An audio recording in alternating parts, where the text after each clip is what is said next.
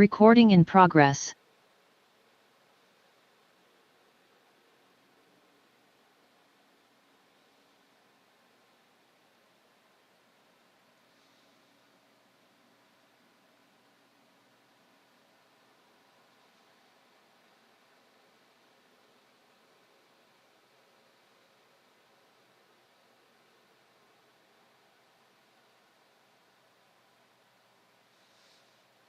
All right, good morning, everybody.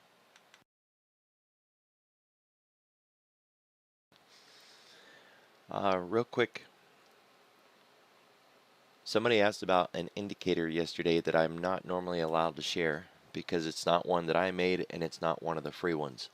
There's nothing I can do about that, right? I don't have any say in the matter. But what I always recommend to people when they ask about indicators that I didn't make and that I don't have anything to do with is to look around on the web. Take a look around, see if you can find if somebody else has tried to make one that maybe is free so you don't have to go out and spend hundreds of dollars on an indicator. And I found a version of this weighted AD for somebody yesterday. It didn't look like this, it was a little modified, so I cleaned up the code, changed the colors a little bit. It is not this one, but it sure is so close you would never really tell the difference. Your numbers are going to be a little different, but the shape and the size and the way it reacts, it's perfect. So that's in the Discord that I built for Thinkorswim. You can find those there. Just type in weighted AD in the search bar. It should pop up. Again, it's not the paid one, but it's so close that you save yourself $100, right? I don't sell indicators, by the way, so when you hear me say it's not one of the paid ones, I'm not selling them. When I make an indicator, I give it away. I don't see any reason to charge people for that stuff. 5 things you need to know. One of the things that they mentioned is how economists keep underestimating how strong the job market is.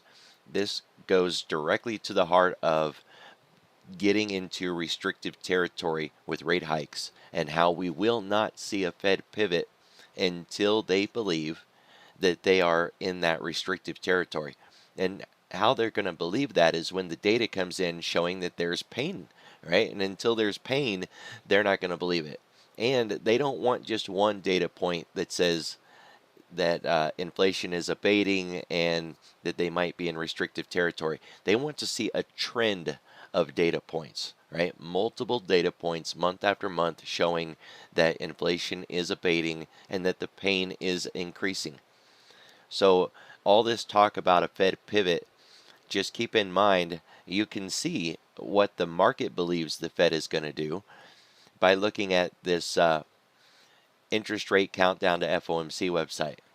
Right now, all this is volume. So nobody's guessing or assuming or making predictions. It's literally looking at the volume traded.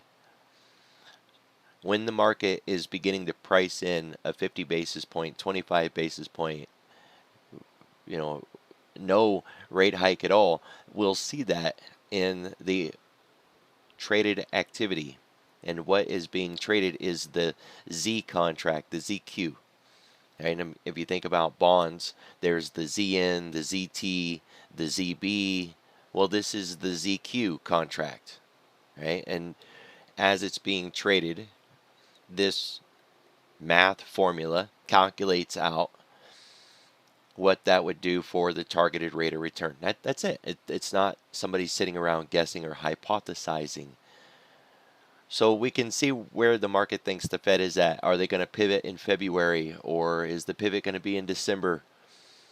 We did also, I believe we got our dates set in stone now, so it's no longer a guess. If you remember, normally when we're on this site, it said anything past February was a maybe date, that it wasn't set in stone yet. And now we don't see that message anymore. Now they are still grayed out.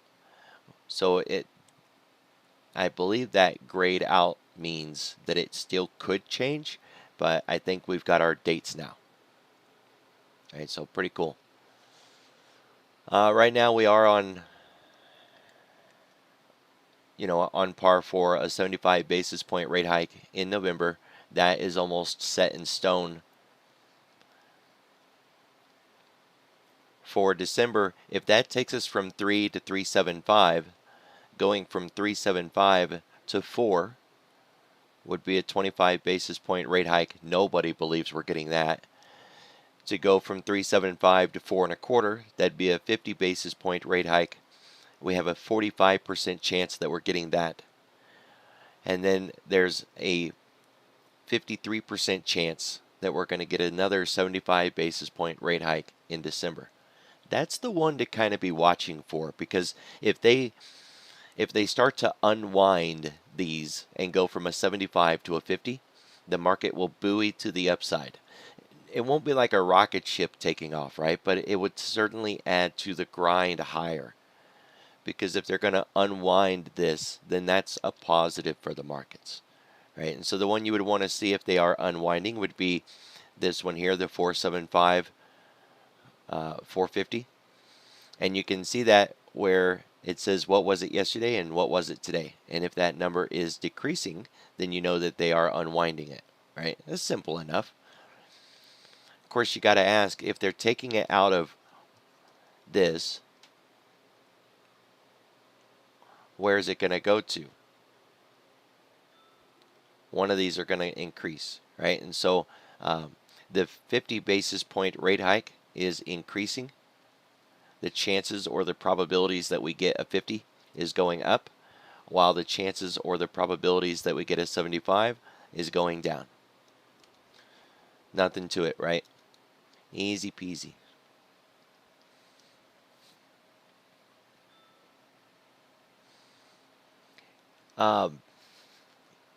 It's interesting the way that things turned out over in England and how they the new leader.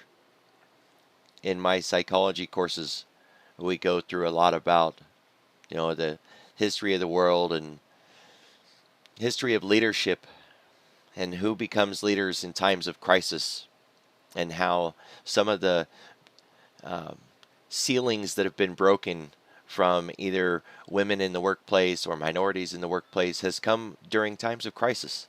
That the status quo people who are failing to solve the problems that they fixed usually get booted out, and a new group comes in to fix things. And here we are with the same situation going on over in England. 3 leaders in 3 months, I believe, have been booted out and replaced, booted out and replaced, and now we're back with another one. So keep your eye on Europe and the British pound. That's the euro dollar and the British pound dollar. Those two pair groups. Let's kind of see how things shake loose.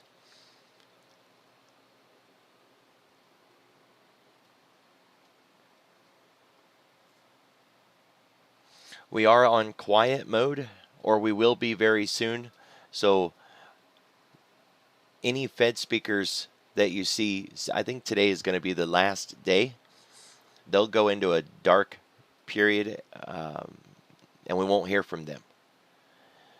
But that means we got to keep track of that Fed whisperer guy, right? This Nick guy.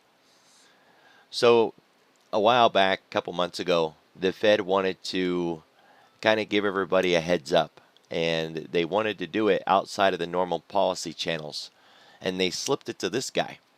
So it's like the Fed whisperer. When they want to leak something without necessarily having their thumb on the scale, they leak it to Nick, and then Nick kind of leaks it out everywhere else. I believe he's like a Wall Street Journal reporter. I don't know too much about him, but he's the Fed whisperer.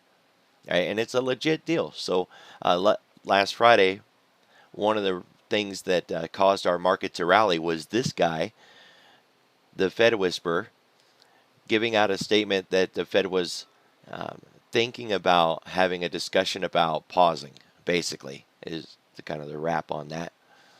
And that was one of the two triggers that ripped us higher. The other one, of course, being the defense from the Bank of Japan whacking the dollar down. So those two combined fueled that rally. When we go into blackout mode, keeping track of Nick's posts would be a way to keep track of anything that the Fed might want to get out there in the public space during a quiet period when they can't come out and say it themselves.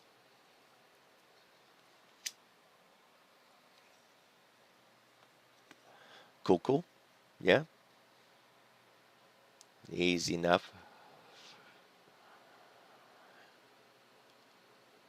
So we do have a couple of auctions today. They're kind of in the mid, maybe a little bit in the front end.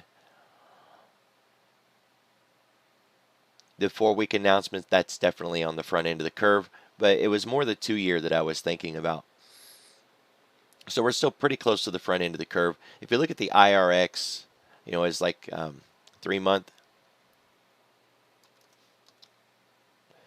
It's still carrying the front end of that curve higher, right? And if you think about, see if I can draw one of these. Yeah, it's not too bad. If you think about a regular curve, if the front end keeps going up, then it brings everything else on the back end up as well, because it's still trying to keep this curve, right? So if this goes, just some hypothetical numbers, if it goes from a 2 to a 6, and the market will, and if everything is trying to keep this shape, and this was at an 8, it would also have to rise, and whatever this was, say it was 7, it would have to rise, so that everything keeps this shape, right? Otherwise, what you end up with is a curve going the other direction.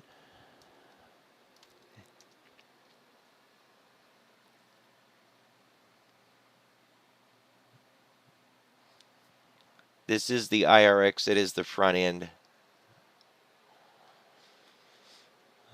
And I mean, that's crazy, right? Absolutely crazy parabolic.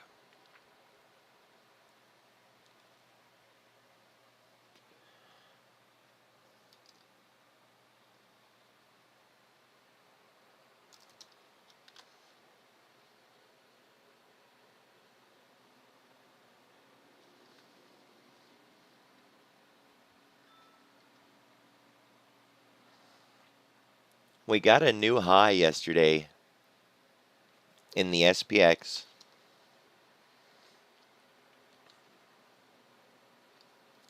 But we pulled back down off of it. I posted that on Twitter as it was happening, kind of talking about higher highs and higher lows and technical analysis and having a full set. So once we set our low and we've got our higher low and we had our higher high,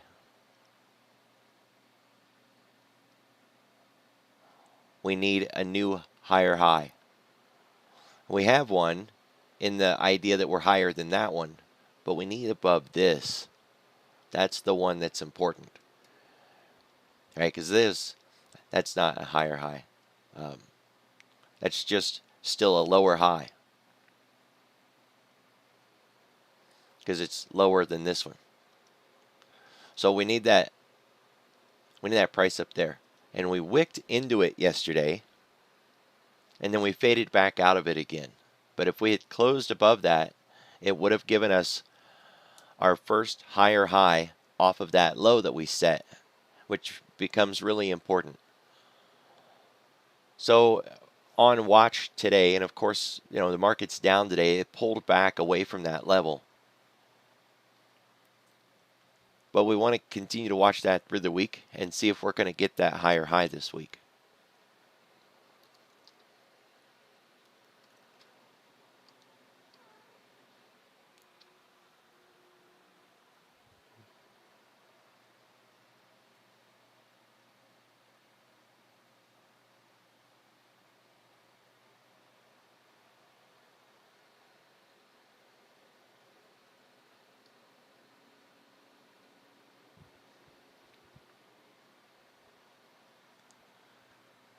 121. The volume's a little light today. It's not in restrictive territory, but it is coming in a little soft. Certainly something to be on notice for. Right now, we have some really big earnings names this week, and a lot of the market is on wait, on pause for that. I call them the darlings of Wall Street, and I'm a little sassy when I say it, but on the other hand, it's kind of true that every single major pension and fund and firm owns Apple and Microsoft, right? I mean, they are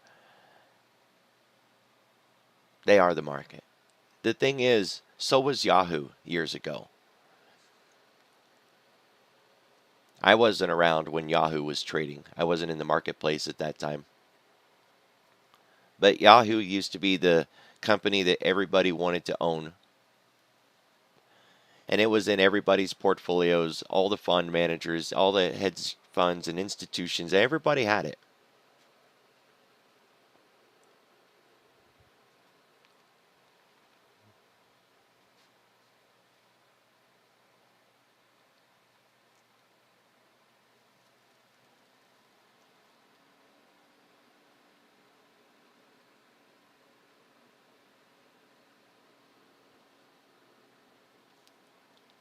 Oh, I thought their pre-market would have more information than this.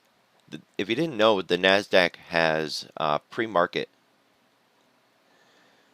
material, quite a bit of pre-market material, but I guess we got to get a little closer to 8 o'clock for that, maybe after 8 when that really starts to kick in.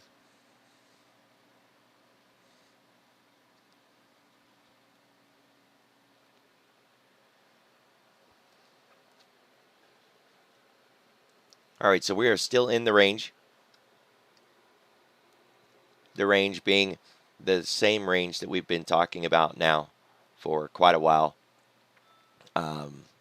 It's been coined the Hurt Locker. We had a Hurt Locker back in October, November of 2018. Once you have been in one, you start to recognize it, some characteristics of it. And the question this week is, because of the Apple and Microsoft, the big names that are going to be having earnings, are we going to get out of this box this week and start that move to the upside, or are we going to retest these lows again?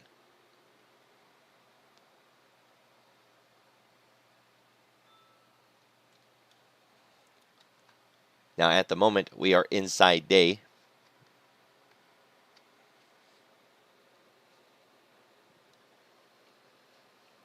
Some of the critical pivot points that are going to be a concern is that we have to get through the close of yesterday.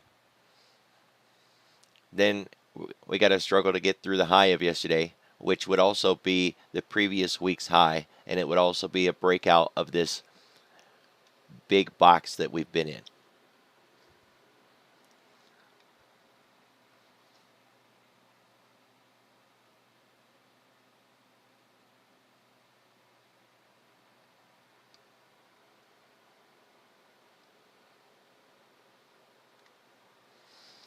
So we have not yet hit the daily pivot.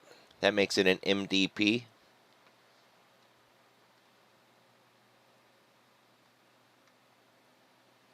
We've got an ADR of 2.7 basically, which is around a $100 move.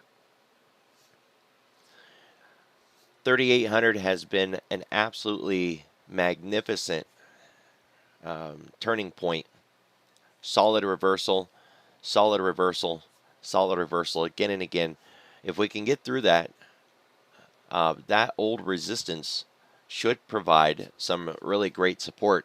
We got through it in the later part of yesterday, but we need to close above it and keep it, right? We closed above it, faded right back down out of it. So it's still that line in the sand, and 38.11 is a cog line.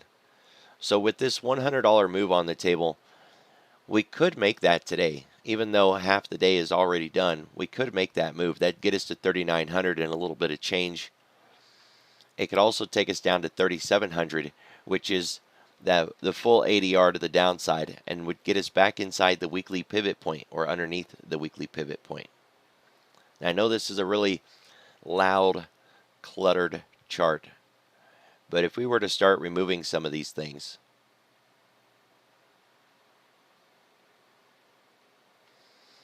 what we end up with are these purple lines, these pivot points.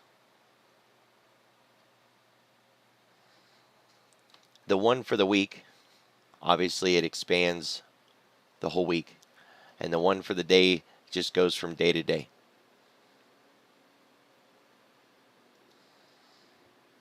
So when we're above this weekly pivot point, the market is considered bullish. You want to look for long opportunities. You want to continue to see the market drive farther away from it. And you want, elements and criteria that continue to show this strength.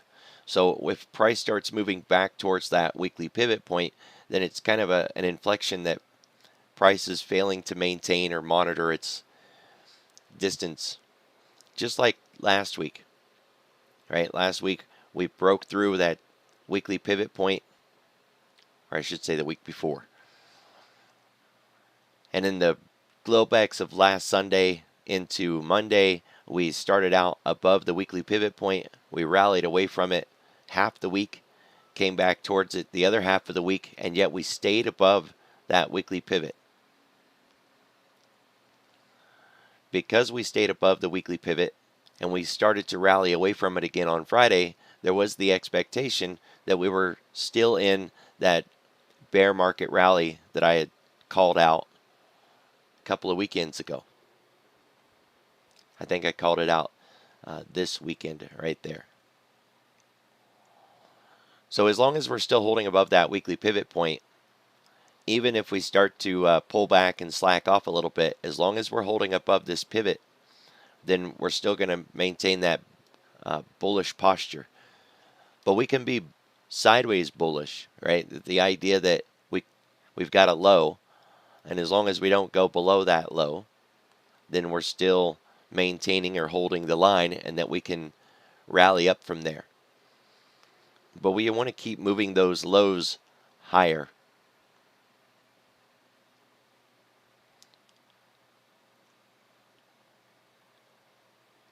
To me right now, that low that we don't want to get below would be this weekly pivot point, 37.13, which is close enough to the cog line that you may as well just say 37.11. As long as we're holding above 37.11, we want to continue to look for this market to hold the line, move up from there in like a grinding fashion, and we don't really want to see anything parabolic in nature.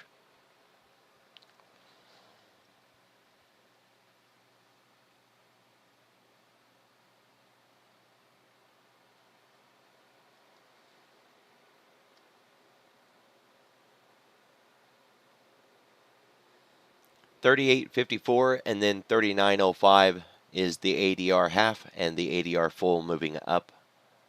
$37.50 and $3,700 is the ADR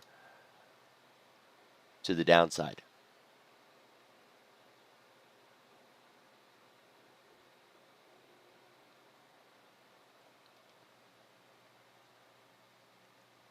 When we're sideways like we are this morning, you really want to focus on every pivot point that you have, right? Like the cash open of yesterday, 37.79, the RTH high, the Globex high, Globex low, and the RTH low.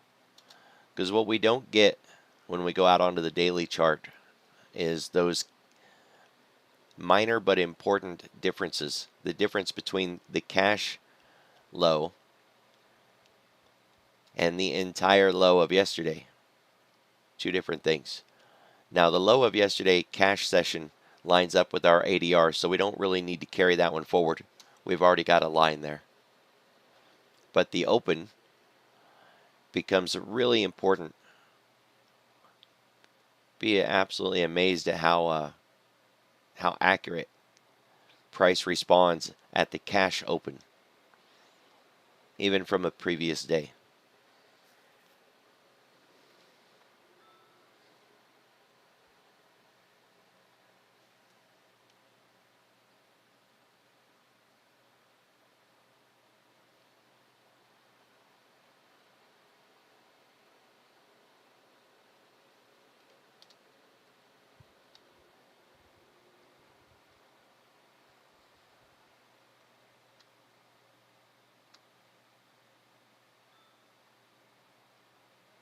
So if we use that new quant tool that Thinkorswim added, we can kind of put out some projections.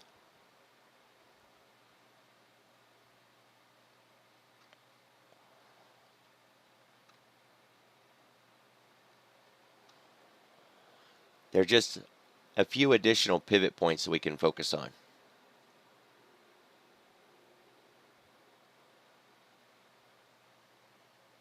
So the way to add that would be to get the Globex low of yesterday and the RTH high of yesterday.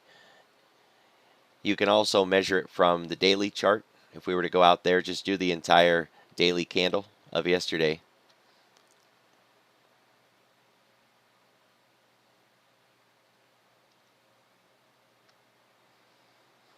We are coming into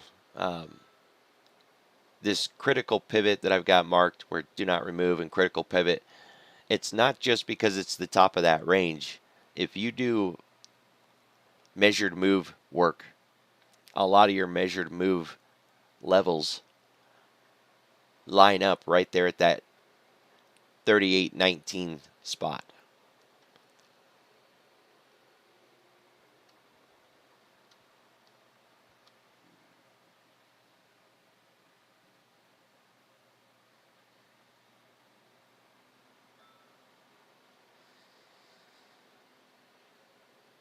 All right, we're at the top of the box. When we're at the top of the box, we don't have any expectation of doing something else except going back towards the middle and then down to the bottom of the box. Now, having said that, the box often moves up to us rather than us moving down to the bottom of the box. If you use this every day, what you begin to realize is as this price action goes away, every new candle that we get here on the right subtracts a candle here from the left.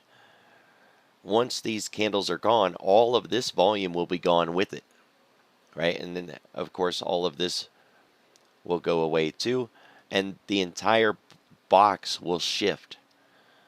So, yeah, price is moving around in the box, but the entire box is moving too. It just doesn't seem like it because we're only looking at it at a snapshot in time.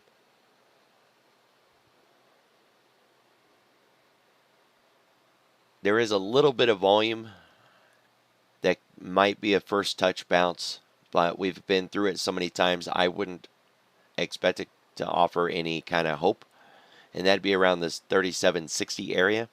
If we get through that, the point of control is that we're going to call it 3700, but it's actually like 3690.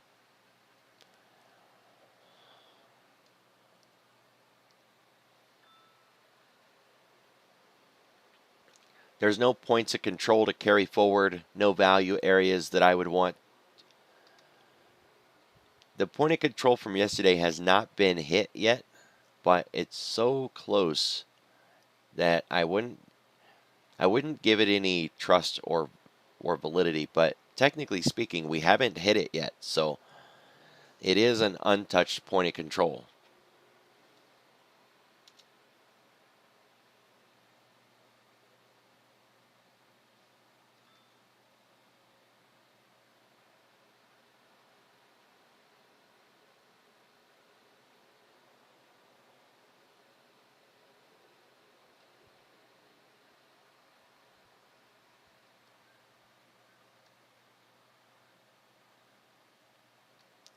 So we've had a lot going on with the currencies.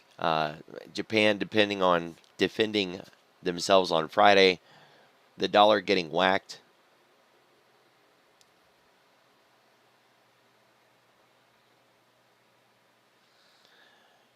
You're going to want to continue to focus on those currency pairs.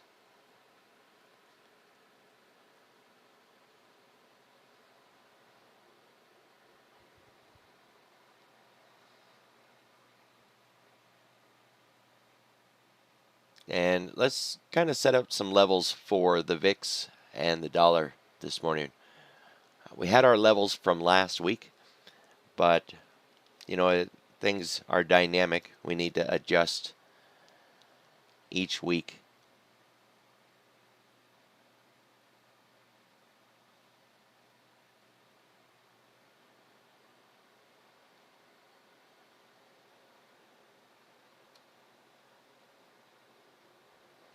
All right, our line in the sand is still the 110 area. We really need the dollar to stay above that.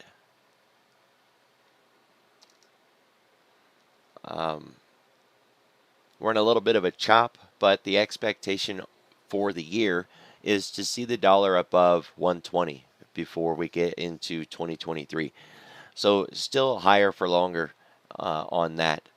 But of course, it's not going to be a straight line, right? So there's some expected chop, some consolidation.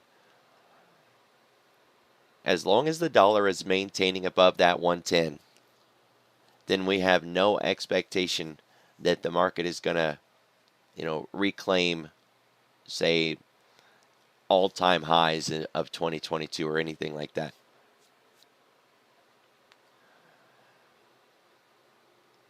But we want to maybe tighten it up a little bit.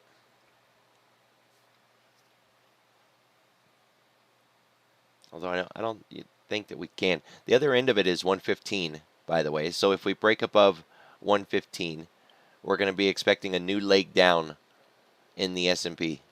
Right? S&P and NASDAQ getting new 2022 lows.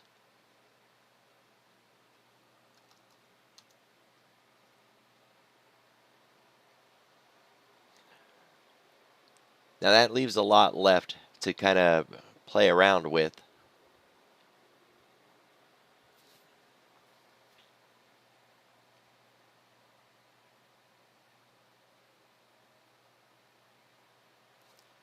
Really don't want to tighten it up too much and kind of give ourselves a false hope. But let's just call it 111 for right now. If we see the dollar break below 111, we're going to be expecting a break of that pivot that I was talking about in the S&P to the upside.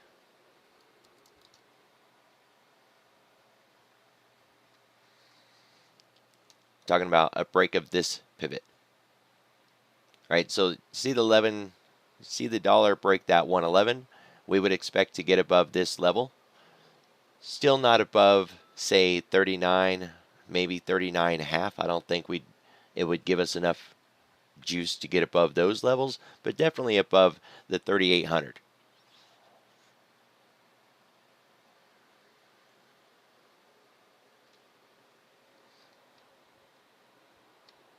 Now this is not an exact science, right? So I'm calling it at 111. I get this sneaky little feeling that we should be putting it at somewhere around 11.5. Either way, keep your eye on it as a possible breakout rally from 11.5, but a more likely breakout rally if the dollar gets below 111. And the same thing on the other side. We could call it 14, but I got this sneaky suspicion that perhaps 13.5 is a more accurate level. So if we see the dollar break above 13.5, we're going to expect the S&P to deflect off the top of this box and begin working its way down. I don't think we have an expectation that it would break these lows just because we get above 13.5. In fact, I don't think we could break these lows if we get above 14. But I think if we get above 14, we're going to see those lows. We might not break through them, but we're going to see them. That would be the expectation.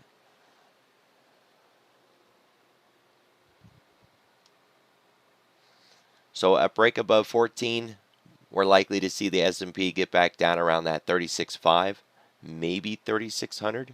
I think that might be a bit much. More likely 36.5 and maybe a little bit of change. All right, so that's the dollar. For the VIX, we broke that critical level 30.25 yesterday, and I guess that was Friday. We came back out of it. We came back inside of it, and now we're gapped back down this morning below it. I want to let this kind of play out. That level is a close above and close below level, right? So if we close below 30.25 on the daily, we kind of got an expectation that the S&P could continue to rally or is in a rally. Let's see if I can sync my mouse here.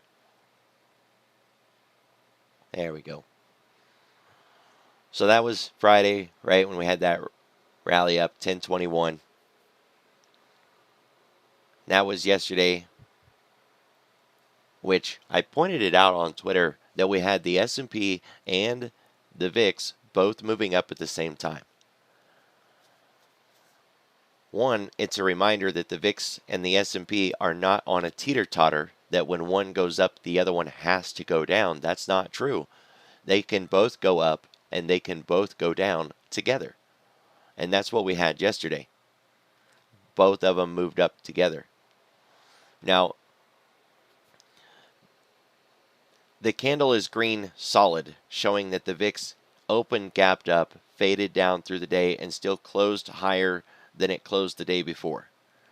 And this candle is hollow green, showing that it gapped up and continued to go up all day long, not only having a close higher than the previous close, but a close higher than where it opened. So it's not like both of these are a green candle that opened and ran higher and closed. But we did have the VIX and the S&P both moving up together yesterday. And the VIX moves because of transactions, right? It's oddly enough, if you want to kind of put it into some normalized language, it's volume. It's options volume in the SPX. That's it, in a nutshell, with some fancy math attached to it. So when the VIX goes up, it just says there's a lot of volume in puts on the buy side. So say that sentence differently, right? We had the S&P rallying yesterday, and a lot of put buying was happening yesterday. Yeah? It changes our perspective when you say it that way.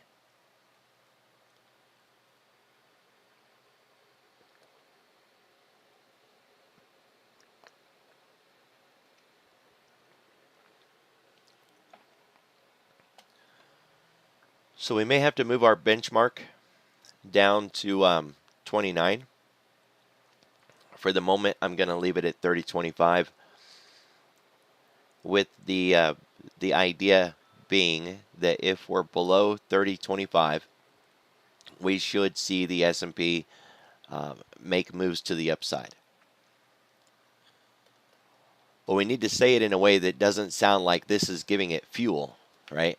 Below 30.25, though, the negative weight that comes from the VIX would be lessened, and the S&P has more freedom to rally.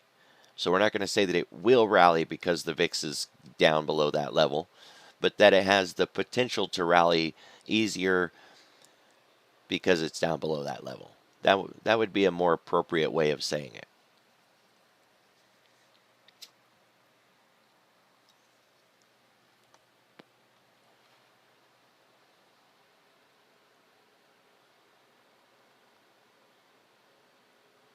And, looking at it, we're not really doing much this morning. I like to use the VIX futures myself.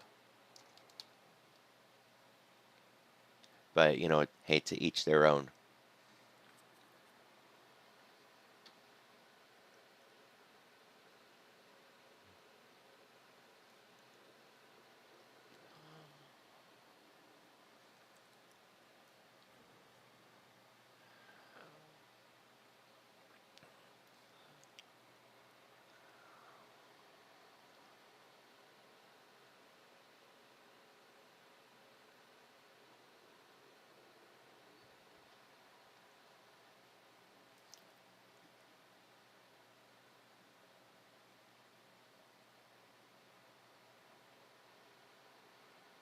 I guess if you turn enough of them off, you finally get there. All right, November, December, January. We're looking for that curve, right, to show us contango, that we start low at our current date and time, and that price moves up as we travel farther away in time. But instead, when we turn on all of the curves, this is what we get. So instead of it being this nice, gentle curve, we've got what happens when I drive in a major city, kind of going in circles and wandering around lost and making wrong turns.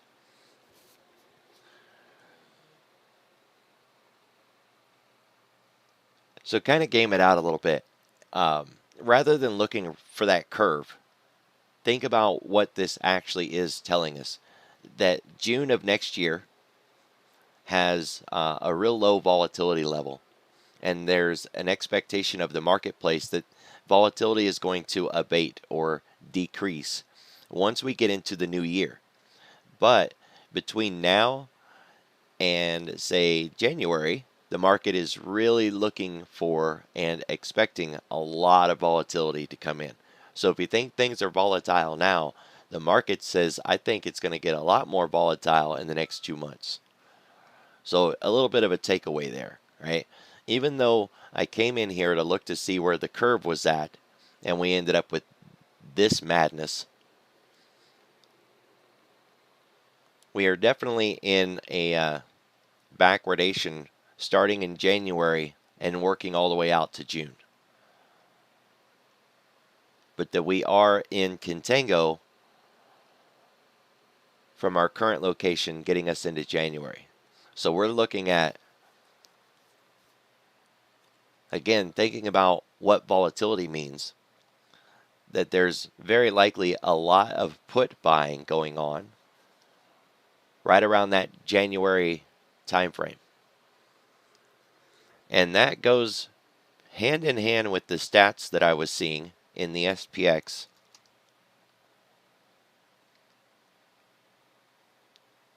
about where open interest is, and then what strikes are being traded with the heaviest amount of open interest.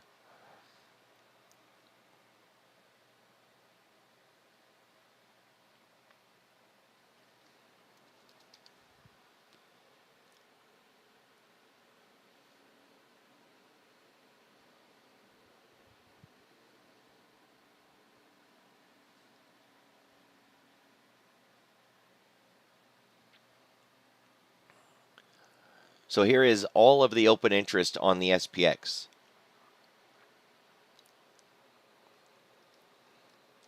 $6.7 million in calls and 10.8 million in puts. That's what, 18 million? Do a little rounding math, right? 18 million. And what we can do with something like this is actually start going in, turning off the different series, and finding where the bulk of all of the SPX options are located at, right? This is where you see posts on Twitter and things like that that says, 80% of all of the options right now are in the front series or less than 7 days, and you're thinking, man, where do they get that kind of information? From doing things like this.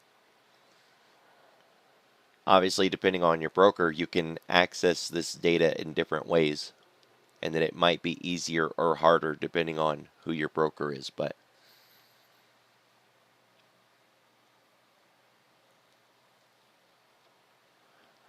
I don't think it would surprise anybody to say that right now the bulk of all of the, or the greatest amount of all the options open interest is on the closest 4 monthly expirations. So, the monthly for November, December, January, February. And of those 4, January is the biggest one.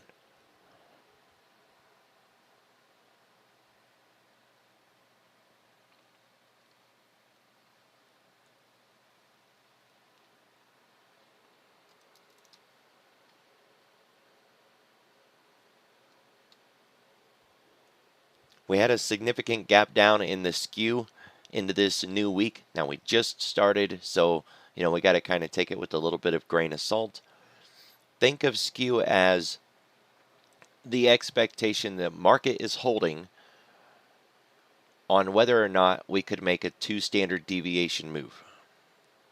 So it's basically, do you think the market could make a big move this week? An outsized big move. And right now, looking at skew levels, the answer is no. That doesn't jive, right? We've been seeing plus 2% moves this year. I seen a number the other day that says we've had over 40 days that were greater than a 2% move in the S&P this year. Dang, right? Like that's a big number.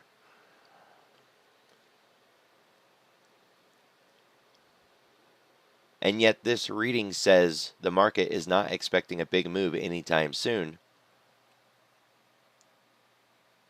Otherwise, the skew would be up more. Now, obviously, I'm giving very generalized descriptions of what these tools are, but, in a nutshell, that's the simplified version of it all.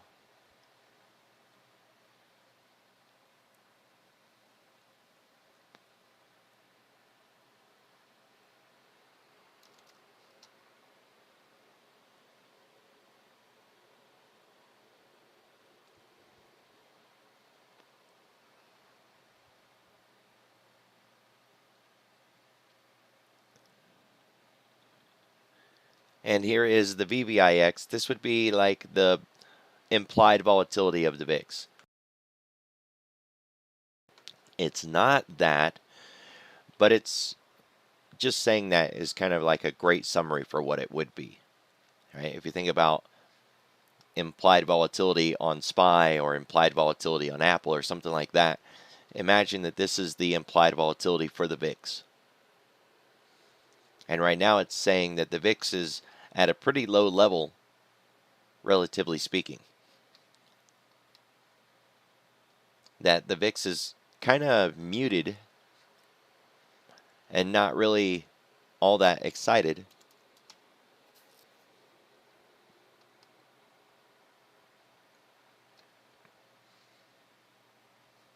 And if you consider that a lot of these tools are using movement, where we closed on one day versus where we closed on another day and another day and another day and another day, we've had the VIX closing in a really tight range for almost a week.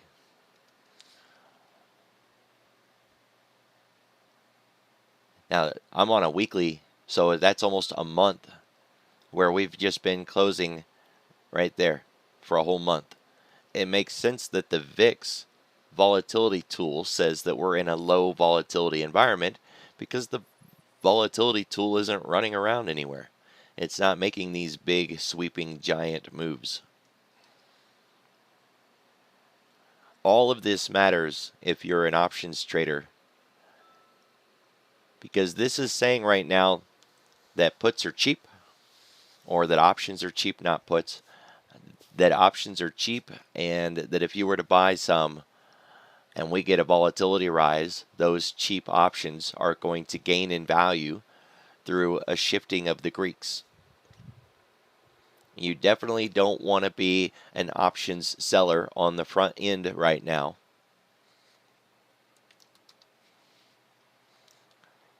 You want to take things a little farther out in time to that higher curve.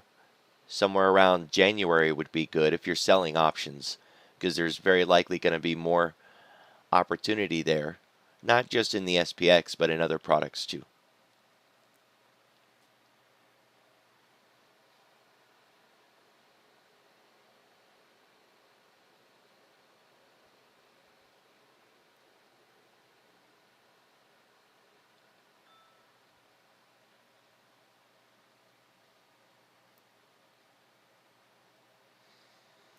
All right, so we got the S&P 500. I used the filter to try to get it closer to 100 names. We apply the modifier so colors happen sooner. And that is pretty much a read on the market right now. Microsoft is basically flat. Meta, Google, all of the monsters of tech. Apple's down nearly 0.5%. Amazon, more than a quarter. But considering we've been getting daily moves of 2 and 3 and 4%, 0.5% or less really just doesn't seem like much of anything yet. Tesla is down more than 0.75% this morning. The names that have not yet gotten the biggest beatdown are the names that still need to get one, and one of those is Tesla.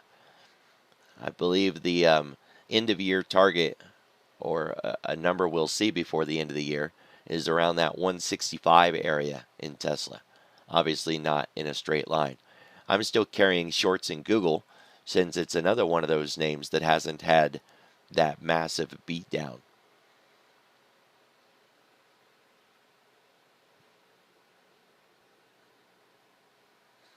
Yesterday, we had a highly unusual options activity on some of the big names: Amazon, Google, Facebook, Neo if you're into it, another Facebook. I thought there was another. Yeah, I mean, Nvidia was on there, but it was really early.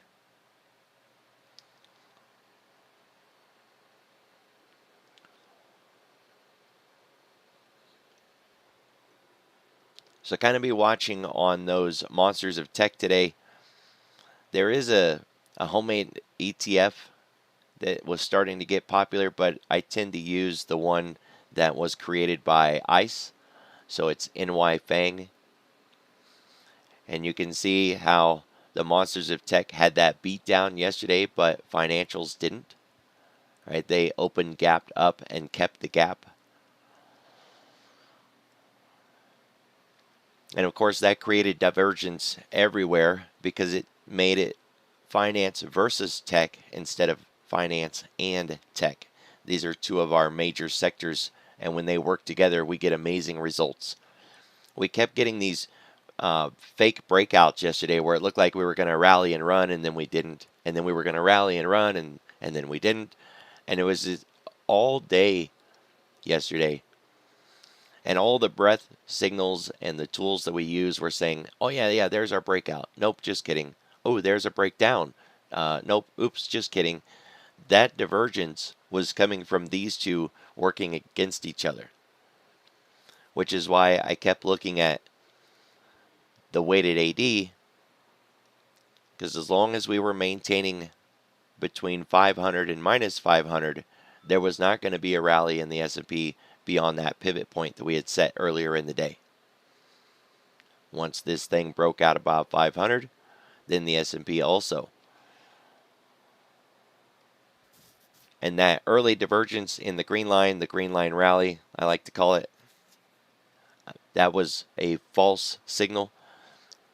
Tapping and tagging into 800 and 1000 in the ticks, those were false signals. Market breadth between the advancing and declining issues, those were false signals. The only thing that held true yesterday, all day long, was waiting for that AD to cross. Now, it doesn't mean that we didn't have anything to trade or that we couldn't participate in the meantime, because we could. You can see there was some really great opportunities, especially that reversal off of the lows yesterday after we closed the gap. But if you were looking for that breakout, it didn't come until we broke out above that 500 and held it. Power hour rally. It did look like we were setting up for a half-day wedge breakout, but those need to trigger by around noon. So when we deflected with that tweezer top there and fell off, that shut the whole idea down that we were going to get that half-day wedge rally.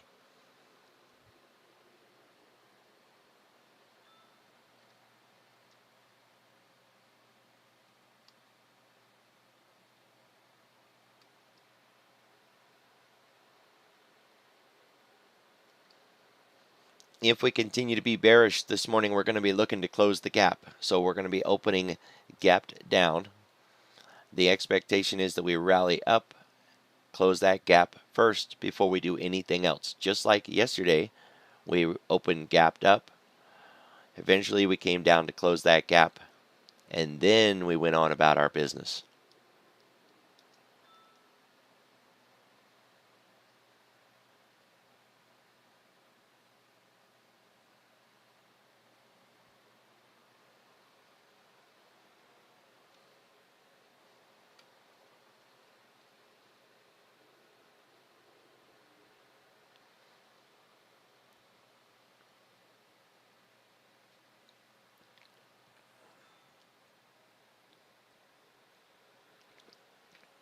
All right, things are continuing to be nasty out there. We gained a little more to the downside in these three monsters in the last 10 minutes. We got a lot of other names, though, that are continuing to do well. So we've got another bifurcated market this morning. One of the key differences between the S&P and the NASDAQ are the financials.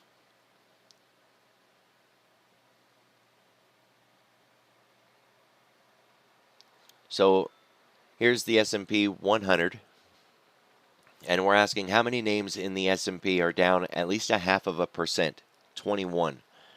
Out of those names, I want to focus on financials since the NASDAQ 100 doesn't have financials. And we can see a lot of financials here. Bank of America, Wells Fargo, Capital One, JP Morgan, Goldman Sachs. You're starting to get a little bit of an idea of what side of the S&P is getting the beat down. American Express.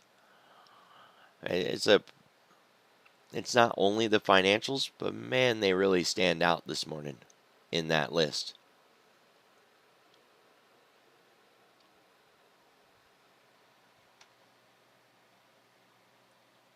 For the NASDAQ, how many names are down at least 0.5%?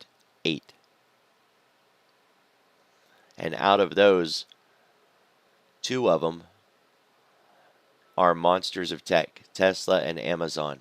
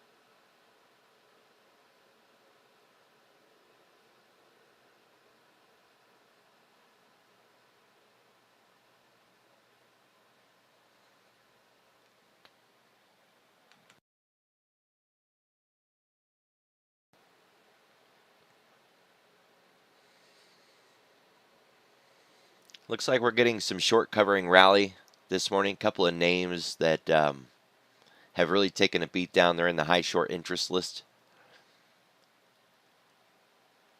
Those don't normally stick much. And there's some divergence even in that. So we got EEM, emerging markets, down a little more than 0.25%, but we have KWEB up more than 2.25%. And it's triggered a volume sizzle. So we could be getting a little bit of a, what they call a gamma squeeze.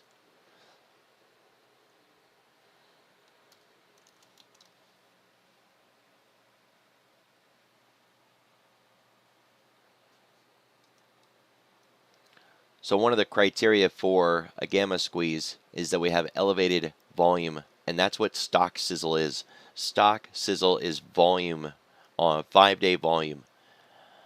The idea here is that they can force market makers to buy stock, which makes the market rally more and squeezes anybody who's short. They can do that by buying a bunch of options, and we have a sizzle on the options. So retail, like those Reddit GameStop plays, they come in and they attack the heavily short companies, buy a crap load of really cheap options, force the market makers to buy stock, which forces that market to rally. It has nothing really to do with gamma per se, but yet the term is coined a gamma squeeze. And markets can move a long ways in a gamma squeeze. So we just kind of want to see how that plays out this morning. A little bit of a whiplash, right, from the move down and then a lot of the move back up.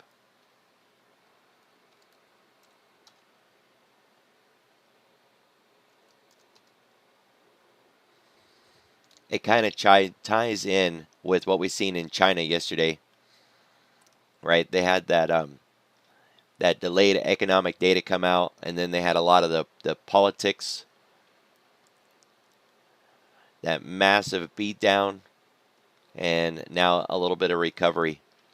So don't trust those China ADRs, PPD or PDD, JD, Baidu, Baba, Neo. They're okay to day trade, right? Just, don't be looking at those as if they're going to offer you some great opportunity for, getting into something cheap and catching a nice rally off the lows.